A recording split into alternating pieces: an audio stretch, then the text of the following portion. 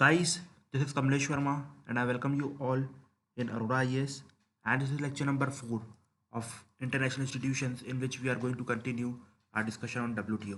Okay, so in last few lectures we have studied the basic parts of the WTO, but the very important aspect of WTO is the agriculture agreements. ठीक है, जो agriculture के ऊपर agreements हुए हैं वो सबसे ज़्यादा important part, वो सबसे ज़्यादा important रोल प्ले करते हैं एग्रीकल्चर के ऊपर अग्रीमेंट। ठीक है, दो you can not expect a direct question in prelims. ठीक है, but there may be some indirect questions which are going to be covered from this topic, and a direct question on mains can be expected. So this topic is very very important. You should book approximately 4 to 5 stars over this topic.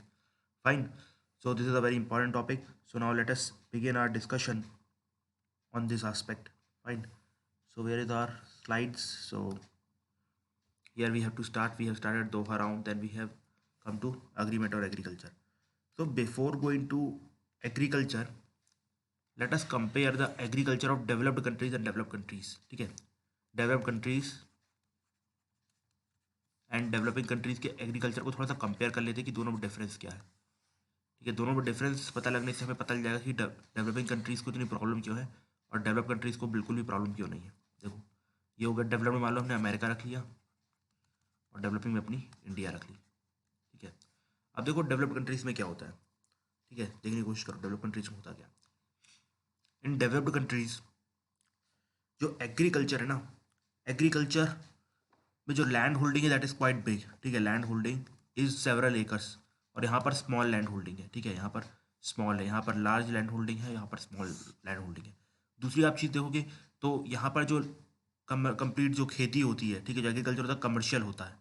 ठीक, commercial मतलब highly mechanised. ठीक है, mechanised and commercial होता है। और हमारे यहाँ पर सबसिस्टेंस लेवल पे होता है, मतलब कि एक फैमिली और उसके लेबर लगे रहते हैं। ठीक है, फैमिली रहती है और उसी के लेबर लगे रहते हैं, और ये लोग उतना ही मैक्सिमम रेस आते हैं जैसे कि अपनी खेती चल गई और मतलब दिन में जाके सब्जियां बेचा है, मतलब जोड़ जाड़ के 300-400 रुपये निकाली सब्जी बेच के। लेकिन इनकी यहाँ कमर्शियल और मैकेनाइज्ड होती है, कमर्शियल और मैकेनाइज्ड होती है। ठीक है, और आप एक मेजर दोनों में डिफरेंस देखोगे तो ये एक्सपोर्ट ओरिएंटेड होते हैं। ठीक है, ये सब एक्सपोर्ट ओरिएंटेड होते हैं। ठीक है, और ये यहाँ पर अपने यहाँ पर एक्सपोर्ट ओरिएंटेड नहीं, यहाँ पर कंजम्पशन ओरिएंटेड ज़्यादा देखने को मिलता है इंडिया में और अदर डेवलपिंग कंट्रीज़ में। ठीक है, और सबसे जो मेजर डिफरेंस है, ठीक है, सबसे जो मेजर डिफरेंस है, यहाँ पर कैश क्रॉप्स ज़्यादा होती है। ठीक है, यहाँ पर कैश क्रॉप्स थोड़ी सी कम होती है। ठीक है, कैश क्रॉप कम होती है।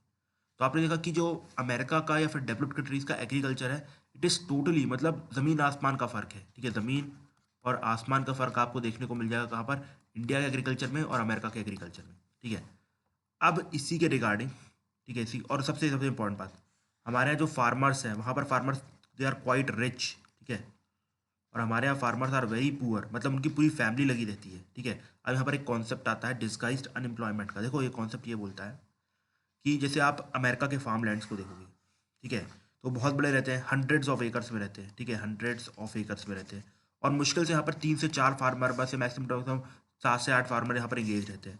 और यहाँ पर हर किसी फार्मर को अच्छा रिटर्न मिलता है, बहुत ही हैवी रिटर्न मिलता है एग्रीकल्चर। तो एग्रीकल्चर वहाँ पर प्रॉफिटेबल है डेवलप कंट्रीज में। लेकिन अगर आप इंडिया जैसी कंट्री में देखो, ये जो हंड्रेड्स ऑफ एकड़ का लैंड है, ये it is divided in several parts. ठीक है, ठीक है, अब इसी आप देखो यहाँ पर लोग को अच्छा रिटर्न मिल रहा है। अब यहाँ पर होता क्या है कि इस चीज़ में से मुश्किल से 3 से 4 रुपये का रिटर्न आ रहा है, आपसे पूरी फैमिली लगी रहती है।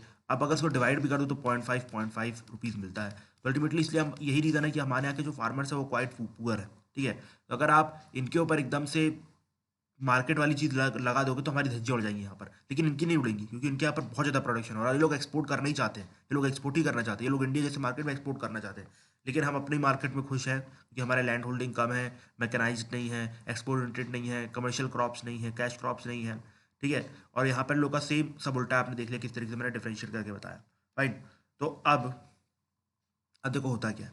ठीक है, अब जैसे ही जैसे फॉर एग्जांपल ये सब दोनों के बीच में प्रॉब्लम थी जब 1995 में there was a discussion on WTO, मतलब उससे पहले भी जब डिस्कशन चला था डब्ल्यूटीओ में, तो एग्रीकल्चर को लेके डेवलपिंग कंट्रीज ने पहले ही बहुत बकवास की थी कि नहीं यार, ये तो हमारे यहाँ वे ऑफ लाइफ है। जैसे यूएस में और बाकी जगह पे वो वे ऑफ लाइफ नहीं है, हमारे यहाँ वे ऑफ लाइफ एग्रीकल्चर। ठीक है, वे ऑफ लाइफ मतलब जीने का एक तरीका है, मतलब एक तरीके का रोजगार नहीं है वो। ठीक है, आप समझते हो कितनी इज्जत दी जाती है हमारे एग्रीकल्चर को, किसानों को, फौजियों को। ठीक, उसी प्रकार से मतलब बड़ी इज्जत मिलती है हमारे यहाँ, ठीक है, लेकिन सेम रिस्पेक्ट एग्रीकल्चर के लिए यूएस में नहीं है, ठीक है। उनके यहाँ मेनली भैया बिजनेस है, बिजनेस की तरह ट्रीट करेंगे, इस टाइप से उनका चलता है, ठीक है। अब देखो होता क्या है, अब जब शुरू शुरू में इंडिया और बाकी जो डेवलपिंग कंट्रीज और डेवलप कंट्रीज नेगोशिएट कर रहे थे, तो उस टाइम पे प्रॉमिस ये हुआ था कि भाई यूएस ने इंडिया को ये समझाया था कि देखो भाई, आप भी सब्सिडीज देते हो इलेक्ट्रिसिटी के फॉर्म में, ठीक है, फिर पानी के फॉर्म में, इन सब के फॉर्म में आप क्या करते हो, इलेक्ट्रिसिटी तो आप एमएसपी देते हो, ठीक है। तो देखो इसमें प्रॉब्लम ये है, आप सब्सिडी दे रहे हो, दैट इज़ गुड, ठीक है, दैट इज़ गुड, लेकिन आप ये क्यों नहीं देख रहे हो कि इससे मार्केट डिस्टॉर्ट हो रहा है, इससे मार्केट डिस्टॉर्ट हो रहा है। उसने बोला कि देखो चलो आप सब्सिडीज दे रहे हो तो हम भी सब्सिडीज दे सकते हैं, हम भी बिजली की सब्सिडी दे सकते हैं, पानी की सब्सिडी दे सकते हैं, और हम आपसे ज़्यादा दे सकते हैं। अब आप ये सोचो, जब आप हमारे यहाँ पर एक्सपोर्ट करने की कोशिश करोगे तो हमारा तो ऑलरेडी प्रोडक्ट चीप है, तो अल्टीमेटली आपको हमारा मार्केट नहीं मिलेगा कभी भी। और जब हम आपके यहाँ आएंगे तो आप बहुत हैवी ड्यूटी लगा दो तो हमें मार्केट नहीं मिलेगा, तो अल्टीमेटली लॉस दोनों को है ना। तो इंडिया ने बोला हाँ यार बात तो सही है। सो उन्होंने बोला अमेरिका वालों ने कि चलो क्या करते हैं, अपन लोग ये सारी सब्सिडीज धीरे धीरे करके हटा देते हैं, सारी सब्सिडी धीरे धीरे करके हटा देते हैं।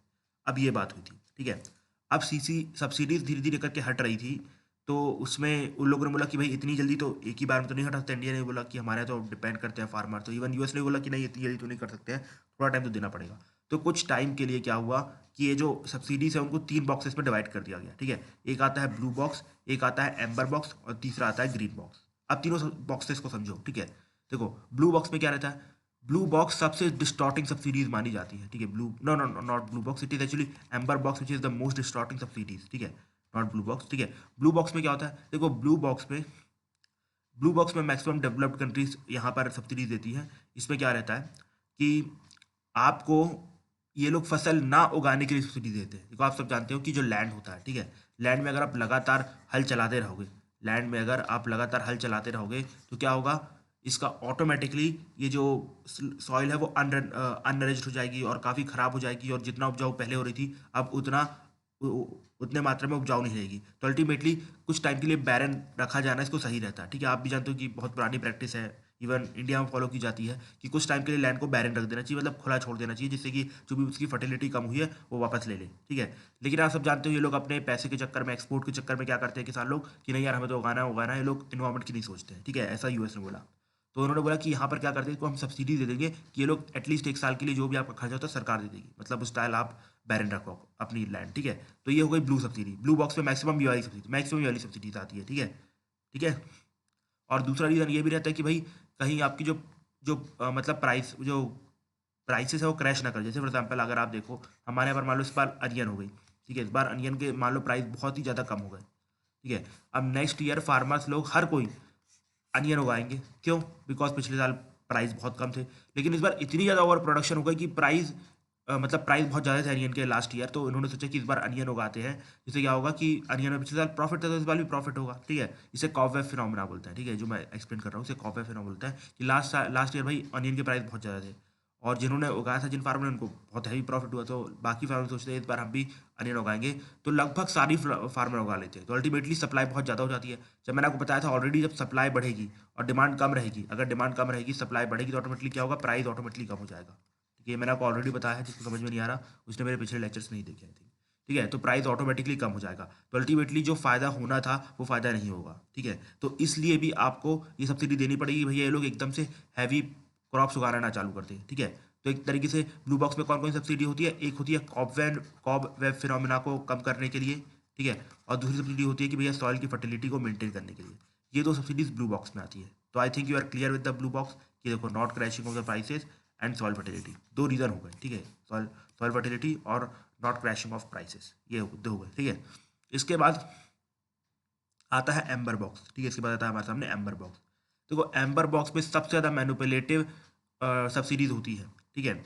यहाँ पर सारी की सारी डायरेक्ट और इनडायरेक्ट सब्सिडीज दी जाती है गवर्नमेंट के द्वारा। जैसे फॉर एग्जाम्पल बिजली के लिए जैसे हमारे दी जाती है बिजली भैया मुफ्त रहेगी, पानी के लिए, फिर एग्रीकल्चर बहुत सारी, मतलब समझ रहे हो ना, फर्टिलाइजर सब्सिडीज, मतलब जितनी सब सीड सब्सिडी, जितनी भी सब्सिडी होती है डिस्टॉर्टिंग सब्सिडीज, ठीक है, वो यहाँ पर दी जाती है। और ये मैक्सिमम सब्सिडीज ये कहाँ पर डेवलपिंग कंट्रीज में दी जाती है, और मेनली इन इंडिया, क्योंकि चाइना तो काफ़ी डेवलप कर चुका है।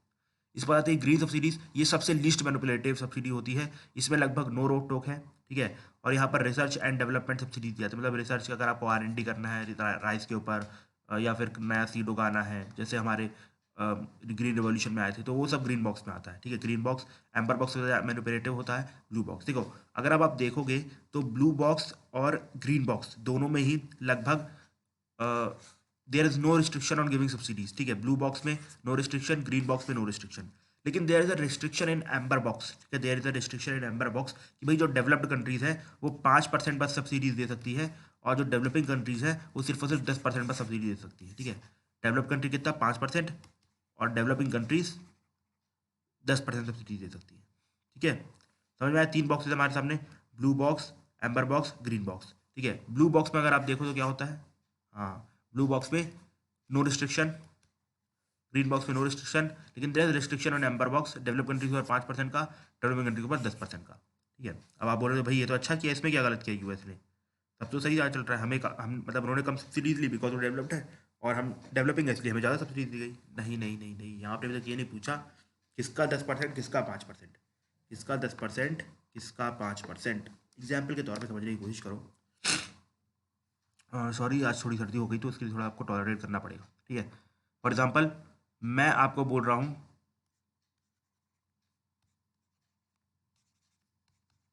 ठीक है, मैं आपको बोल रहा हूँ 5% ऑफ 1000 क्या हो जाएगा, 5% off 1000, let us take out 50 रुपये। ठीक है, 100 10% का कितना हो गया, 10 रुपये। ये थी डेवलपिंग कंट्रीज की सब्सिडीज, ये है डेवलप्ड कंट्रीज की सब्सिडीज। किसने ज़्यादा सब्सिडी दी, ये ज़्यादा है कि ये ज़्यादा है, ये 10 रुपये, ये 50 रुपये। जी हाँ, 50 रुपये आता है। यहाँ पर इन्होंने क्या, आपको पता है WTO के जो भी एग्रीमेंट्स है उसको लॉयर पैराडाइज कहा जाता है। क्या कहा जाता है, लॉयर पैराडाइज। ये लोग ने यहाँ पर बहुत सारे लूप होल्स या फिर अपनी ट्रिक्स खेली थी डेवलप कंट्री। इन्होंने क्या किया कि जिस साल एग्रीकल्चर के प्राइसेस में बहुत ज़्यादा क्या था, इन्फ्लेशन था, वो वाला साल नहीं लिया। जिस साल बिल्कुल लीस्ट इन्फ्लेशन था, मतलब जिस साल एग्रीकल्चर में ग्रोथ ही नहीं थी, वो साल उन्होंने कंसिडर किया। 1980s के आसपास का कुछ साल कंसिडर किया, वो इंपॉर्टेंट नहीं है। ठीक है, बस इतना था कि लीस्ट इन्फ्लेटिव ईयर कैलकुलेट किया। ठीक है, उस टाइम पे इंडियन सबको एक्सपीरियंस नहीं था यार कि सब कैसे हैंडल किया जाता है।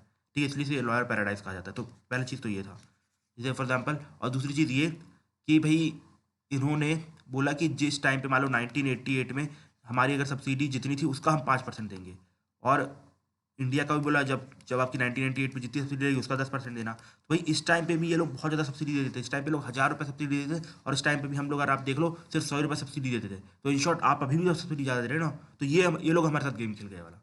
अब इन्होंने क्या करवाया, देखो आप सोचो, ये लोग 50 रुपये सब्सिडी दे रहे हैं, तो इन्होंने एक तरीके से बहुत ही कम सब्सिडीज कम की अपने फार्मर्स की, बहुत ही कम सब्सिडीज कम की। अभी भी इनके यहाँ पर आप देखो बिजली के लिए, इसके लिए उनके लिए बहुत हैवी सब्सिडी मिल रही है, लेकिन हम नहीं दे सकते सब्सिडी बिकॉज हमने 10 रुपये कर दी है, हम यहाँ पर फंस गए हैं।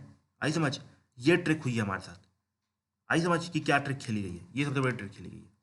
तो ये जो हमारी प्रोवाइड सब्सिडीज ऑन एग्रीकल्चर, ये ट्रेड डिस्टॉर्ट करती है। तो इस चीज़ के खिलाफ इंडिया ने क्या किया, जैसे आप देखो एक आंकड़ा कहता है यूएस और ईयू, इन्होंने अभी तक मतलब हर साल में अप्रॉक्सीमेटली 380 बिलियन डॉलर की सब्सिडी देते हैं अपने फार्मर को। 380 बिलियन डॉलर की सब्सिडी सोचो, मतलब, और हम तो इसका अप्रॉक्सीमेटली 10% सब्सिडी भी नहीं देते। अब बताओ कौन सा सब्सिडी दे रहा है, हम कि यूएस। यूएस, और एक चीज़ और जो यूएस और यू है, इन लोगों ने एक्चुअली में डायरेक्ट जो इनडायरेक्ट सब्सिडी होती है ना, जैसे बिजली के ऊपर दे रहे हैं, पानी के ऊपर दे रहे हैं, ये सब है, वो सब बंद कर दिया है। ठीक है, वो सब बंद कर दिया है।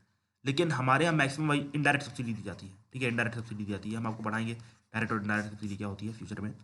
तो इनडायरेक्ट सब्सिडी दी जा रही है। ठीक है, अब यहाँ पर इनडायरेक्ट सब्सिडी को ना WTO में ज़्यादा बड़ा चोर माना गया है। ठीक है, और डायरेक्ट सब्सिडी को कम बड़ा चोर माना गया है। क्यों, बिकॉज ये लोगों ने इस तरीके से प्रोजेक्ट किया इंडायरेक्ट सब्सिडी को, और यहाँ पर यूएस वाले डायरेक्ट सब्सिडी ज़्यादा देते हैं, डायरेक्ट सब्सिडी ज़्यादा देते हैं। तो इसका डिसएडवांटेज क्या होता है, जैसे मान लो फॉर एग्जाम्पल हमारा PM किसान। ठीक है, देखो PM किसान चालू करने का सिर्फ और सिर्फ वोट बैंक पॉलिटिक्स मुद्दा नहीं है। ठीक है, PM किसान चालू करने का मुद्दा ये भी है कि जो गवर्नमेंट ऑफ इंडिया की जो इनडायरेक्ट सब्सिडीज़ है, ठीक है, उसको डायरेक्ट में कन्वर्ट किया जाए, उनको डायरेक्ट में कन्वर्ट किया जाए। तो यहाँ पर PM किसान जैसे हमने चालू की कि डायरेक्ट फार्मर के अकाउंट में 6,000 रुपये भेज दो। अब देखो इंडिया में प्रॉब्लम ये है कि देखो यार, अगर हम इनडायरेक्ट सब्सिडी देते तो हमारे यहाँ प्रोडक्शन जो है वो बना रहता है। ठीक है, लेकिन अगर आप डायरेक्ट सब्सिडी देना चालू कर दोगे तो हमारे के जो फार्मर्स है वो पुअर है, इलिटरेट है, वो लोग पैसे कहीं ना कहीं बेकार कर देंगे। लेकिन सेम यूएस में ऐसा नहीं होता है। यूएस में इसलिए मैक्सिमम डायरेक्ट सब्सिडी दी जाती है। तो I think you are clear कि भाई ये सब्सिडी वाला क्या इशू है यूएस, मतलब हमारे WTO में। इसी के बाद दूसरा इशू भी निकल के आता है बफर स्टॉक का। ठीक है, बफर स्टॉक का, देखो आप सब जानते हो हमारे यहाँ एग्रीकल्चर काम कैसे करता है। ठीक है, हमारे एग्रीकल्चर काम कैसे करता है, देखो हमारे यहाँ एक तो पहली बात फूड सिक्योरिटी एक्ट 2013 है, जिसमें ये लिखा है कि भैया गवर्नमेंट मतलब हर किसी का राइट है गवर्नमेंट से अपने आप को फूड सिक्योर करवाना। मतलब now it is not a welfare measure, यहाँ लोगों का राइट है, अगर लोगों का राइट फुलफिल नहीं होगा तो they can go to supreme court for it. ठीक है, ठीक है, सुप्रीम कोर्ट जा सकते हैं। तो अब यहाँ पर देखो होता क्या है कि इंडियन गवर्नमेंट का क्या प्लान रहता है कि भैया इन लोग से ज़्यादा एमएसपी दे के प्रोडक्शन करवाया जाए। ठीक है, अब प्रोडक्शन के बाद क्या किया जाएगा, इसका जो भी पैसा निकल रहा है, ठीक है, जो भी पैसा निकल रहा है प्रोडक्शन से वो सब एफसीआई में जाता है। ठीक है, एफसीआई के बाद उसके गोडाउन में जाता है, गोडाउन में जाने के बाद ये सब जाता है राशन की दुकान पे। ठीक है, राशन की दुकान पे ये सब जाता है, ये सिंपल प्रोसीजर आपको पता है। ठीक है, और इस पर बहुत बड़ी हैवी फूड सब्सिडीज गवर्नमेंट देती है, जो भी लॉस हो रहा है वो गवर्नमेंट ऐसा फूड सब्सिडी कंज्यूमर को दे रही है। बिकॉज यहाँ पर खरीदा तो 200 रुपये में गया था, लेकिन यहाँ पर बेचा 2 रुपये में जा रहा है। तो जो भी लॉसेज है that is food subsidy is actually born by the government. ठीक है, अब देखो, अब यहाँ पर यूएस का इल्ज़ाम ये रहता है कि भाई सबसे पहली बात तो आप ये 10% का इसमें भी क्रॉस नहीं कर सकते हो। तो हमने बोला ठीक है भाई, अब आपने उल्लू बना ही दिया है तो देखा जाएगा आगे। और दूसरी बात ये कि बफर, इनका ऐसा मानना है कि बफर को हम फूड सिक्योरिटी के लिए यूज़ नहीं कर रहे हैं। जब भी मार्केट में क्या रहता है प्राइस हैवी होते हैं तो हम अपने प्रॉफिट के लिए बफर से पैसे ये मतलब क्रॉप्स निकाल के मार्केट में बेच देते हो, बहुत सारा पैसा कमाते हैं। और अगर मान लो किसी का प्राइस एकदम से नीचे आ रहा है, ऊपर नीचे रहा है, तो हम इस अपने बफर से उनके प्राइस को मैनिपुलेट कर देते हैं। फॉर एग्जांपल कि अगर आप देखो अनियन के प्राइस एकदम से मार्केट में, ग्लोबल मार्केट में बहुत ज़्यादा कम हो गए, अब यहाँ पर हमारे अनियन बहुत ज़्यादा हो गई है, तो हम क्या करेंगे, यहाँ पर अनियन एकदम से एक्सपोर्ट बढ़ा देंगे और अपना प्राइस बढ़ा देंगे। ठीक है, तो इस तरीके से मतलब यूएस बोलता है कि आप मैनिपुलेट करते हो बफर से, आप लोगों का पेट नहीं भरते हो, बोलते हो कि आप मार्केट को डिस्टॉर्ट करते हो। तो ये यूएस का इल्ज़ाम थे। ठीक है, अब आप देखो ये जो इशू है इंडिया के लिए बहुत ही सेंसिटिव है, चाहे कुछ भी हो जाए, भले आप देखो जैसे इंडिया ने आरसीईपी ज्वाइन नहीं किया, कितना एडवांटेज था, लेकिन लॉसेज भी बहुत ज़्यादा थे। तो ये बात तो भाई सिंपल सी बात है कि अगर इंडिया के अगेंस्ट, अगर इंडिया के हित के अगेंस्ट बात होगी तो इंडिया तो भाई इस पर काम नहीं करेगा। तो यहाँ पर इंडिया ने साफ साफ बोल दिया था कि एक तो इंडिया और चाइना ने साथ में जॉइंट पेपर भी स्टैब्लिश किए थे कि देखो यार किस तरीके से लोगों ने हमें लूटा है, हमें शुरू शुरू में पता नहीं था तो हमें उल्लू बनाया गया। एक तो पहले मतलब इसको स्टैब्लिश कर दिया इंडिया और चाइना ने। दूसरी बात ये कि भाई इंडिया रेडी ही नहीं था, बोला था नहीं भाई हम तो सब्सिडी देंगे चाहे कुछ भी हो जाए। तो अब सिंपल सी बात है, जब इंडिया रेडी नहीं हो रहा एग्रीमेंट और एग्रीकल्चर के ऊपर, तो क्या हुआ, बाली राउंड में यहाँ पर पीस क्लॉज लगा दिए गए। ठीक है, बाली राउंड में यहाँ पर पीस क्लॉज लगा दिया गया। पीस क्लॉज मतलब ये कि जब तक इसके ऊपर मतलब ये मतलब एग्रीकल्चर मतलब एग्रीमेंट और एग्रीकल्चर के ऊपर पूरा डिस्कशन नहीं हो जाता है, पूरा सोल्यूशन नहीं हो जाता है, तब तक इन एग्रीमेंट को नहीं माना जाएगा। लेकिन फिर भी सब लोग मतलब ऐसा गेस्चर मान रहे थे। इस बार आपने देखा होगा कोरोना के बाद इंडिया ने क्या किया, ये जो 10% की लिमिट थी इसको ब्रेक कर दिया, मतलब 12-13% सब्सिडी हो गई थी। और इंडिया ने साफ साफ लिखा भी कि भैया हमने बाली राउंड को जो पीस क्लॉज था उसको यूज़ किया है और हमारी मजबूरी थी इसलिए हमने इस लिमिट को तोड़ा। इंडिया ने साफ साफ बताया था कि भाई ऐसा अलाउड है इसलिए हम ऐसा कर रहे हैं। ठीक है, और जो भी प्रॉब्लम थी इंडिया ने अच्छे से लिस्ट की थी। तो आपने देखा India became the first country to use this peace clause. आज तक किसी डेवलप्ड मतलब डेवलपिंग कंट्री ने भी पीस क्लॉज की मतलब ये जो भी सब कुछ है उसको यूज़ नहीं किया था। ठीक है, पहली बार ऐसा हो रहा था कि किसी ने पीस क्लॉज यूज़ किया और वो इंडिया बना। ठीक है, देख लेना कोई पीसीस में फंस जाए तो किसने वही सबसे पहले पीस क्लॉज यूज़ किया। ठीक है, तो इसी के साथ हमारा जो भी इश्यूज़ है वो होते हैं कंप्लीट। ठीक है, ठीक है, यहाँ पर तो आई थिंक सब एक्सप्लेन कर दिया मैंने। और या एक्सपोर्ट सब्सिडी का एक इशू और था कि एक्सपोर्ट सब्सिडी और फूड ग्रेन, देखो जो डेवलप्ड कंट्रीज़ हैं और जो डेवलपिंग कंट्रीज़ हैं वो लोग क्या करते हैं, एक्सपोर्ट सब्सिडी देते हैं। जैसे फॉर एग्जांपल जो भी पैसे लगते हैं एक्सपोर्ट करने में वो सब एक तरीके से इनडायरेक्टली रिटर्न कर दिए जाते हैं किसको, जो भी प्रोड्यूसर होता है। तो जिससे वो क्या करता है, अपना जो भी प्रोडक्ट का प्राइस रहता है बहुत कम रहता है। जैसे फॉर एग्जांपल अगर आपको मैं बता दूँ कि आपका जो भी ट्रांसपोर्ट का खर्चा है, ठीक है, फॉर एग्जांपल आपने अपने खेत में फसल उगा ली, ठीक है, अब आपको इसे इंडिया में ट्रांसपोर्ट करना है। ठीक है, इंडिया में ट्रांसपोर्ट करना है, वहाँ पर बेचना है, ये एक्सपोर्टिंग मार्केट है आपके लिए। तो आप यहाँ पर ट्रांसपोर्ट का बहुत बड़ा खर्चा दोगे, है ना, फॉर एग्जांपल 20-25 रुपये तो एक्स्ट्रा जुड़ेगा ही। तो जब यहाँ पर ये पहुँचेगा इंडिया में तो ये ऑलरेडी अगर मान लो ये 50 रुपये का था तो ये बढ़ के 70 रुपये हो चुका होगा। अब ये 70 रुपये में बिकेगा, बिकेगा कि नहीं बिकेगा। अब यहाँ पर गवर्नमेंट ये बोल रही है अमेरिका की, भाई क्या करो कि आप इसे 50 रुपये में बेचो, ये जो आपका 20-25 का खर्चा हुआ ना वो हम दे देंगे। तो इन शॉर्ट आप क्या एक्सपोर्ट प्रमोट कर रहे हो, एक्सपोर्ट प्रमोट कर रहे हो, बिकॉज आपका ऑलरेडी प्रोडक्ट चीप हो जाएगा इंडिया में। ठीक है, तो इंडिया का तो प्रोडक्ट लेकिन आप देख लो कि वही 80-90 रुपये का ही होगा, तो आपका सस्ता होगा तो आपका बिक जाएगा। ठीक है, तो इसे एक्सपोर्ट भी कहा जाता है, ये सारी कंट्रीज देती है। तो अब इससे क्या होता है ना, जो लीस्ट डेवलप कंट्रीज उनको बहुत लॉस हो रहा था, बिकॉज लीस्ट डेवलप कंट्री तो ऐसी प्रोडक्शन नहीं करती, बड़ी मुश्किल से उन्होंने एग्रीकल्चर प्रोडक्शन किया और आप इतना सस्ता सामान बेच रहे हो तो कुछ फायदा नहीं हो रहा। तो इस चीज़ को सॉल्व करने के लिए न्योरबी में न्योरबी में क्या किया गया था, न्योरबी में बोल दिया गया था कि भैया डेवलप्ड कंट्रीज और डेवलपिंग कंट्री दोनों को अपनी एक्सपोर्ट सब्सिडी फेज आउट करनी है। ठीक है, एक्सपोर्ट सब्सिडीज जो है फेज आउट करनी है, बस यही न्योरबी में डिसाइड हुआ था। तो जो फूड ग्रेन्स के ऊपर जो भी इश्यूज थे वो हमने डिस्कस कर लिए हैं। एंड आई होप आपको समझ में आए होंगे। और आपको बता दूं जो एक्सपोर्ट सब्सिडी होती है ये भी ट्रेड मैनिपुलेटिव होती है, मतलब डिस्टॉर्टिंग होती है, मार्केट को डिस्टॉर्ट करती है। आपने देख लिया कैसे, ठीक है। So ultimately we are done with this. अब आ जाते हैं सीधे मार्केट एक्सेस के ऊपर, ठीक है। डब्ल्यूटीओ का काम क्या है? मार्केट एक्सेस बढ़ाना, ठीक है। अगर फॉर एग्जाम्पल इंडिया है, इंडिया के लिए नए नए मार्केट खोलना है, जैसे यूरोप, यूएस, ये सब नए नए मार्केट खोलना, तो उसके लिए क्या किया जाता है? तो उसके लिए ये जो हमारी डब्ल्यूटीओ है वो बाकी डेवलप कंट्री से बोलती है कि भैया आप लोग क्या करो, आपके यहाँ जो भी नॉन टैरिफ बैरियर्स हैं उनको आप टैरिफ में कन्वर्ट करो, और इन टैरिफ में कन्वर्ट करने के बाद ये जो टैरिफ रेट से धीरे धीरे कम कर देगा, तो ऑटोमेटिकली जो एक्सपोर्ट है बाकी कंट्रीज का वो बढ़ेगा। सेम इंडिया को बोला जाएगा, ठीक है, सेम इंडिया को बोला जाएगा कि जिनके यहाँ भी नॉन टैरिफ बैरियर है, मतलब जो आप देखो डब्ल्यूटीओ है ना, it is against non tariff barrier, because non tariff barrier मतलब एक बार लग गया तो किसी भी तरीके से मतलब उसको हटाया नहीं जा सकता। लेकिन अगर आप टैरिफ बैरियर रहता है, जैसे फॉर एग्जाम्पल आपको दिख रहा है कि लोग 10% की ड्यूटी लगा रहे हैं, 15% की ड्यूटी लगाना है, तो डब्ल्यूटीओ के पास यहाँ पर आसान होता है एनालाइज करना और बोला कि भैया आपको अपनी ड्यूटी कम करनी पड़ेगी। इसलिए मतलब मार्केट एक्सेस में ये जो हमारा डब्ल्यूटीओ का ये बोलना है कि आप क्या करो, जितना भी नॉन टैरिफ है, ठीक है, जितना भी non tariff barrier, for example phyto sanitary, environmental वाला, सोशल क्लॉज वाला, मैंने आपको बताया था ना यूएस में कि यूएस हमें एक्सपोर्ट कैसे करने नहीं देता है, बिकॉज वो कहीं चाइल्ड लेबर वाली इशू लगा देगा, इन्वायरमेंट वाली इशू लगा देगा, फर्टिलाइजर वाली इशू लगा देगा, वो सब आता है नॉन टैरिफ में, मैंने आपको बताया था, भूला नहीं, ठीक है। अब ये नॉन टैरिफ को क्या किया जाता है, डब्ल्यूटीओ बोल रहा है भैया आप इसको सबको टैरिफ में कन्वर्ट कर दो, भले आप शुरू शुरू में 15-20% का रेट रखो, लेकिन धीरे धीरे हम आपसे कम करवा देंगे। तो इन शॉर्ट मार्केट एक्सेस जो है पूरे वर्ल्ड में बढ़ेगा, मार्केट एक्सेस है पूरे वर्ल्ड में बढ़ेगा, ठीक है। और I think we are clear with Nairobi round, Bali round. आपको बाली राउंड भी पता है, बाली राउंड में क्या होता है, पीस क्लॉज रखा गया था। न्योरबी राउंड में एक्सपोर्ट सब्सिडी खत्म की गई थी, तो इसलिए 2 राउंड के नाम याद रखना, पीएससी से पूछा जा सकता है, फाइन। अब फाइनली हम आ जाते हैं एक्सपोर्ट ऑफ कॉटन के ऊपर, ठीक है। ये जो एक्सपोर्ट ऑफ कॉटन ना लीस्ट डेवलप कंट्रीज़ के द्वारा किया जाता है, ठीक है, लीस्ट डेवलप कंट्रीज़ के द्वारा और डेवलपिंग कंट्रीज़ के द्वारा किया जाता है। जैसे फॉर एग्जाम्पल इजिप्ट, ठीक है, इजिप्ट, इजिप्ट, ठीक है, इन सब के द्वारा किया जाता है। अब देखो इनका जो इजिप्ट का जो आप सब जानते हो अफ्रीकन कंट्रीज़, मैक्सिमम जो अफ्रीकन कंट्रीज़ हैं लीस्ट डेवलप्ड और डेवलपिंग कंट्रीज़ हैं, उनके द्वारा आप देखोगे ये कॉटन का एक्सपोर्ट किया जाता है। और उनके यहाँ का जो कॉटन होता है बहुत ही हाई क्वालिटी कॉटन होता है, बट फिर भी मार्केट में बिकता नहीं है, फिर भी मार्केट में बिकता नहीं है, लेस एक्सपोर्ट होता है। उसका रीज़न क्या है? बिकॉज डेवलप्ड और डेवलपिंग कंट्रीज़ क्या करते हैं, यहाँ पर बहुत ज़्यादा सब्सिडीज दे देते हैं अपने फार्मर को। फॉर एग्जाम्पल यहाँ पर इजिप्ट ने बहुत ही अच्छा हैवी क्वालिटी का कोई अपना मान लो ऊन निकाला जिसका प्राइस है 20 रुपये। अब आप देखो यहाँ पर जो बाकी डेवलप्ड कंट्रीज हैं उन्होंने भी एक मतलब नॉट इक्वल टू इजिप्ट ऊन, बट मतलब कुछ ठीक ठाक क्वालिटी में निकाल दिया जिसका प्राइस एक्चुअली में 40 रुपये का था, ठीक है। लेकिन गवर्नमेंट यहाँ पर 30 रुपये की सब्सिडी दे देती है किसी तरीके से, फॉर एग्जाम्पल बिजली में, पानी में, या फिर एक्सपोर्ट सब्सिडी ये सब करके इसको 10 रुपये कर देती है, ठीक है।